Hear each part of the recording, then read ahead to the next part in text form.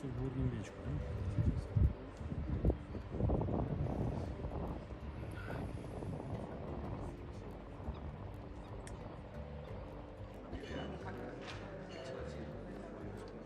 President Putin's unprovoked war of aggression against Ukraine has changed our security environment for the long term. Russia has shattered peace in Europe. The destruction of the Kakhovka dam today puts thousands of civilians at risk and causes severe environmental damage. This is an outrageous act which demonstrates once again the brutality of Russia's war in Ukraine.